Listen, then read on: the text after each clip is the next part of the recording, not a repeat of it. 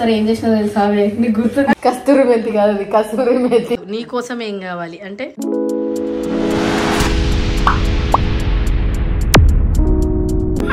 Welcome to my channel Sashna blog. So నా YouTube ఛానల్లో ఎక్కువ వరకు ట్రావెలింగ్ వీడియోస్ ఎక్కువ ఉంటాయి.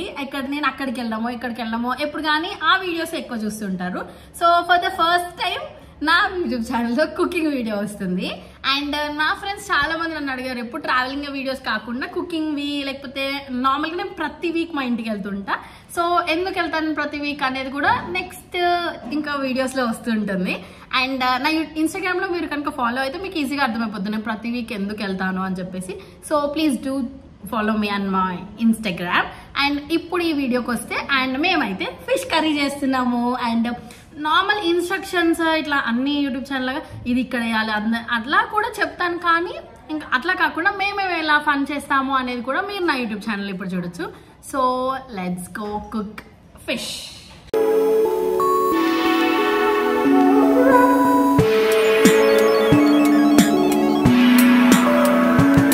ఫిష్ కర్రీ అన్నప్పుడు సూప్ లేకపోతే ఎలా చెప్పండి.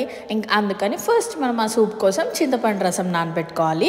ఇంకా చింతపండుని కాసేపు నానబెట్టిన తర్వాత దాన్ని స్ట్రెయిన్ చేస్తే ఆ రసం ఉంటుంది కదా, అందులో మనం కారము, కొన్ని మసాలా అండ్ మళ్ళీ ప్లస్ అల్లం వెల్లిపాయ పేస్ట్ అండ్ ఉప్పు కారం అలా వేసిన తర్వాత కాసేపు అది ఇట్లా కలిపేయాలి. కరెక్ట్గా కారం అంతా ఈవెన్గా మిక్స్ అయ్యేటట్టు కలిపిన తర్వాత ఇంకా కాసేపు మగ్గనివ్వాలి.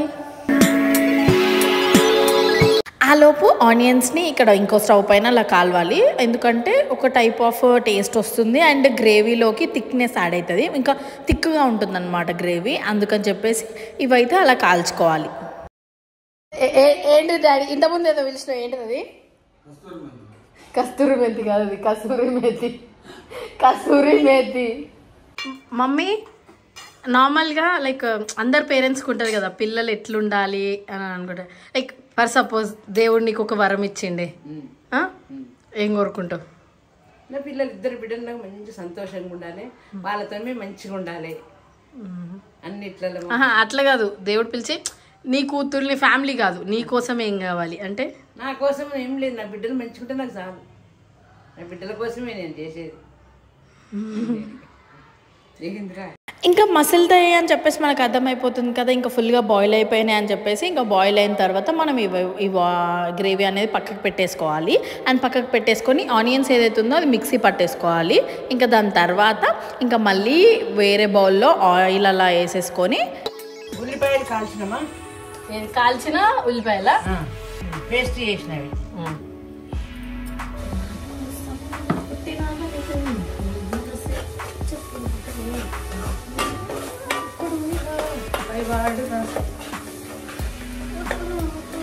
నెక్స్ట్ నెక్స్ట్ అల్లం వెల్లిపాయ పేస్ట్. ఇంకా మనము అప్పుడప్పుడు దంచుకొని అప్పుడప్పుడు వేస్తే ఇంకా బాగుంటుంది కదా మమ్మీ. ఇప్పుడు నిన్ననే పట్టింది ఆన్ ద స్పాట్ అప్పుడే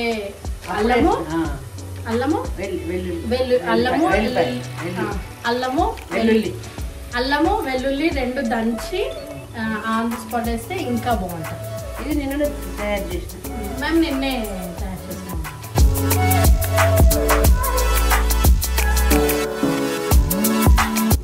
నెక్స్ట్ ఏంటి? నెక్స్ట్ పసుపు అండ్ తర్వాత ఏదో ఏమో కొత్తిమీర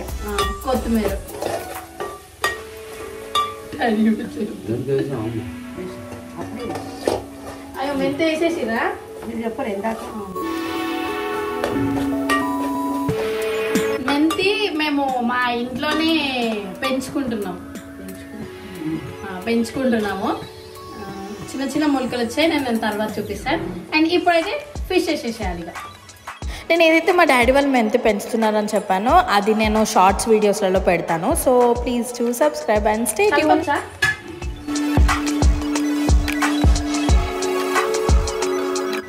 కరివేపాకు కూడా వేయాలి. నెక్స్ట్ ఇప్పుడు వచ్చేసి ఇంకా మనము ఫస్ట్ ఏదైతే పులుసు చేసామో పులుసు కలిపేసేయాలి.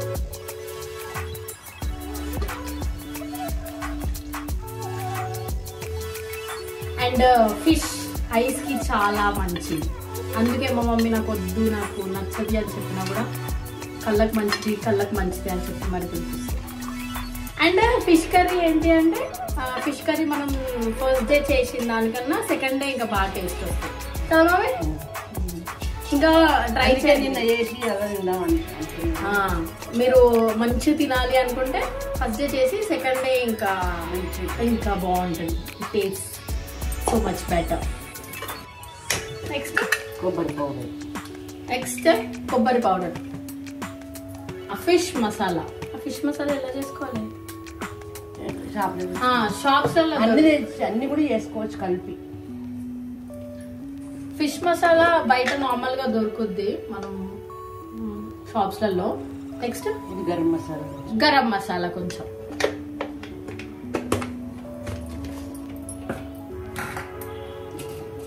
ధనియాల పౌడర్. నెక్స్ట్ ధనియాల పౌడర్. ఇంకా మంచిగా కలిపేసుకోవాలి. కలిపిన తర్వాత కాసేపు మగ్గనివ్వాలి.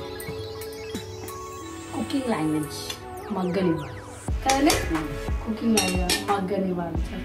మా దగ్గర కాసేపు మసాలా బంద్ చేయాలా ఆడ ఇదా కారం తగ్గిందా? చిన్నప్పుడు ఒకసారి ఏం చేసినా తెలుసా నీకు గుర్తుందా? ఏం కాదు, పప్పు పప్పు పప్పు టేస్ట్ చేయడానికి మనం కాదు సురుమకు ఇట్లా ఎప్పుడు టేస్ట్ చేయడానికి పప్పే గుర్తుకొస్తుంది. ఎప్పుడైనా ఉండేదాన్ని బాగుంది. సో చిన్నగా ఉన్నప్పుడు ఒకసారి ఏమైంది అంటే ఇలానే మమ్మీ వాళ్ళందరూ కుకింగ్ చేస్తూ ఉంటారు కదా, ఆ టైంలో నేను ఒకసారి మా మమ్మీ కుకింగ్ చేసేటప్పుడే ఇలా వచ్చి వండుతుంటే ఏంటి అంటే మా మమ్మీ ఇట్లా పప్పు కర్రీ, ఆ రోజు పాలకూర పప్పు.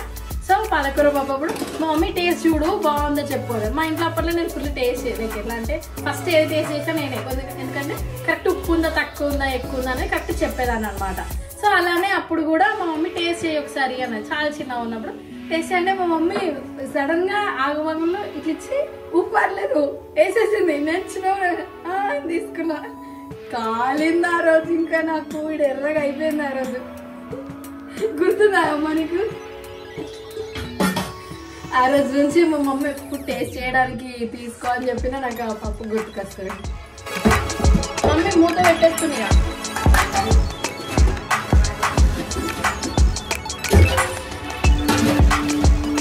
ఇంకొకటి మర్చిపోయాం మేము, ఏంటి అంటే అది మా డాడీ చెప్పిన కసూరి మేతి.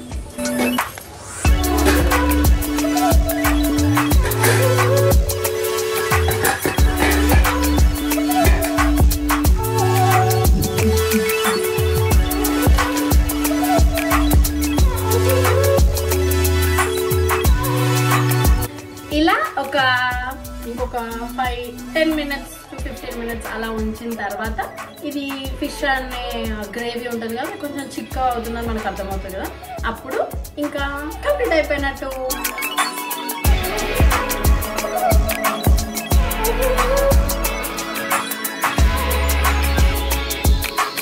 ఇంకా అంతగానం చేసిన ఫిష్ని టేస్ట్ చేయాల్సిన టైం వచ్చేసింది కదా, అందుకే మంచిగా సాపేసేసి ఇంకా ఫుడ్ కర్రీ అన్నీ పెట్టేసి ఇంకా తినాల్సిన టైం అయితే అయింది.